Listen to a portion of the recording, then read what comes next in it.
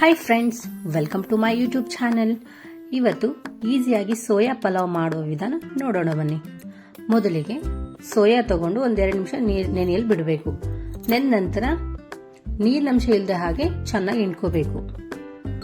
ನಂತರ ಒಂದು ಪಾತ್ರೆ ತಗೊಂಡು ಅದರಲ್ಲಿ ನೆನೆಸಿದಂತಹ ಸೋಯಾ, ಮೊಸರು ಹಾಕಿ ಖಾರ ಪುಡಿ, ಧನಿಯಾ ಪುಡಿ, ಗರಂ ಮಸಾಲ, ಸ್ವಲ್ಪ ಚಿಕನ್ ಮಸಾಲ, ಕೊನೆಯದಾಗಿ ಬಿರಿಯಾನಿ ಮಸಾಲ ಹಾಕಿ ಚೆನ್ನಾಗಿ ಬೀಟ್ ಮಾಡ್ಕೋಬೇಕು.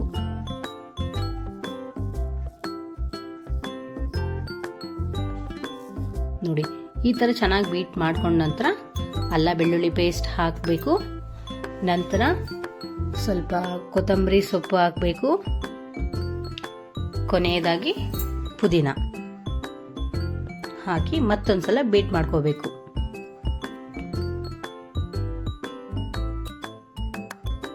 ನೋಡಿ, ಇದು ಆಲ್ರೆಡಿ ಬೀಟ್ ಆಗಿದೆ. ಸ್ವಲ್ಪ ಪಕ್ಕಕ್ಕೆ ಇಡೋಣ.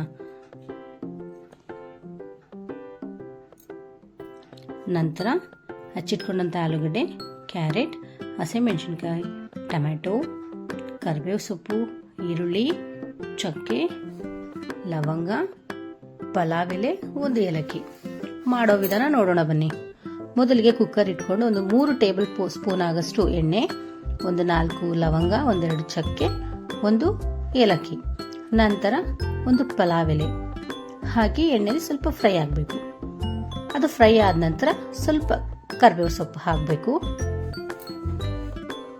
ಇದನ್ನು ಸಹ ಎಣ್ಣೆಲಿ ಚಟಪಟ ಅನ್ನಬೇಕು.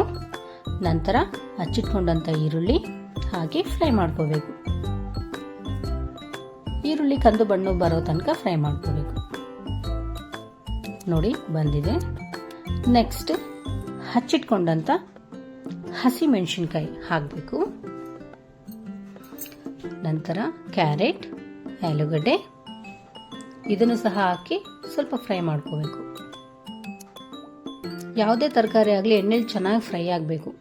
ಚೆನ್ನಾಗಿ ಫ್ರೈ ಆದ ನಂತರನೇ ನಮಗೆ ಟೇಸ್ಟ್ ಚೆನ್ನಾಗಿ ಕೊಡುತ್ತೆ. ಕೊನೆಯದಾಗಿ ಹಚ್ಚಿಟ್ಕೊಂಡಂಥ ಟೊಮೆಟೊ ಇದನ್ನು ಸಹ ಚೆನ್ನಾಗಿ ಫ್ರೈ ಮಾಡ್ಕೋಬೇಕು.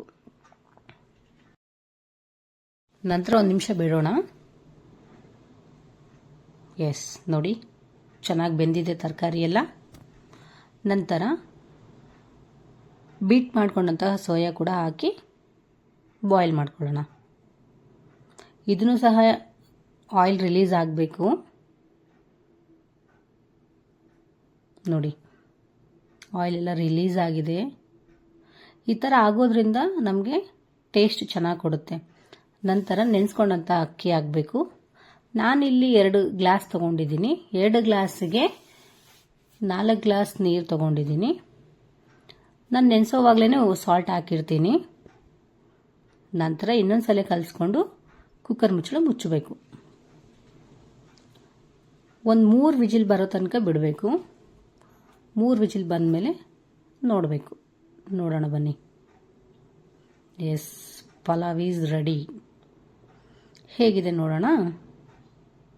ಎಸ್, ಪಲಾವ್ ಆಗಿಬಿಟ್ಟಿದೆ. ಇದ್ರ ಕಾಂಬಿನೇಷನ್ ಏನಾದರೂ ಬೇಕಲ್ವಾ? ಸೊ ನಾನು ಸ್ವಲ್ಪ ಮೊಸರನ್ನು ಡಿಫ್ರೆಂಟಾಗಿ ಟ್ರೈ ಮಾಡ್ತಾ ಇದ್ದೀನಿ. ಒಂದು ಪ್ಯಾನ್ ಇಟ್ಟು 1 ಟೇಬಲ್ ಸ್ಪೂನ್ ಆಗಷ್ಟು ಎಣ್ಣೆ, ಒಣಮೆಣಸಿನ್ಕಾಯಿ, ಕರಿಬೇವು ಸೊಪ್ಪು, ನಂತರ ಸಾಸಿವೆ ಜೀರಿಗೆ ಹಾಕಬೇಕು. ಸ್ವಲ್ಪ ಎಣ್ಣೆಯಲ್ಲಿ ಫ್ರೈ ಮಾಡ್ಕೋಬೇಕಿದು. 1-2 ನಿಮಿಷ ತಣ್ಣಗಾಗಲಿ ಬಿಡಬೇಕು. ತಣ್ಣಗಾದ ನಂತರ ನಮಗೆ ಎಷ್ಟು ಬೇಕೋ ಅಷ್ಟು ಮೊಸರನ್ನು ಆ್ಯಡ್ ಮಾಡ್ಕೋಬೇಕು. ರುಚಿಗೆ ತಕ್ಕಷ್ಟು ಉಪ್ಪಾಕಿ ಕಲಿಸ್ಕೋಬೇಕು. ನಾರ್ಮಲ್ ಆಗಿ ನಾವು ಪಲಾವ್ ಜೊತೆ ರೈತ ಅದೆಲ್ಲ ತಿಂದಿರ್ತೀವಿ.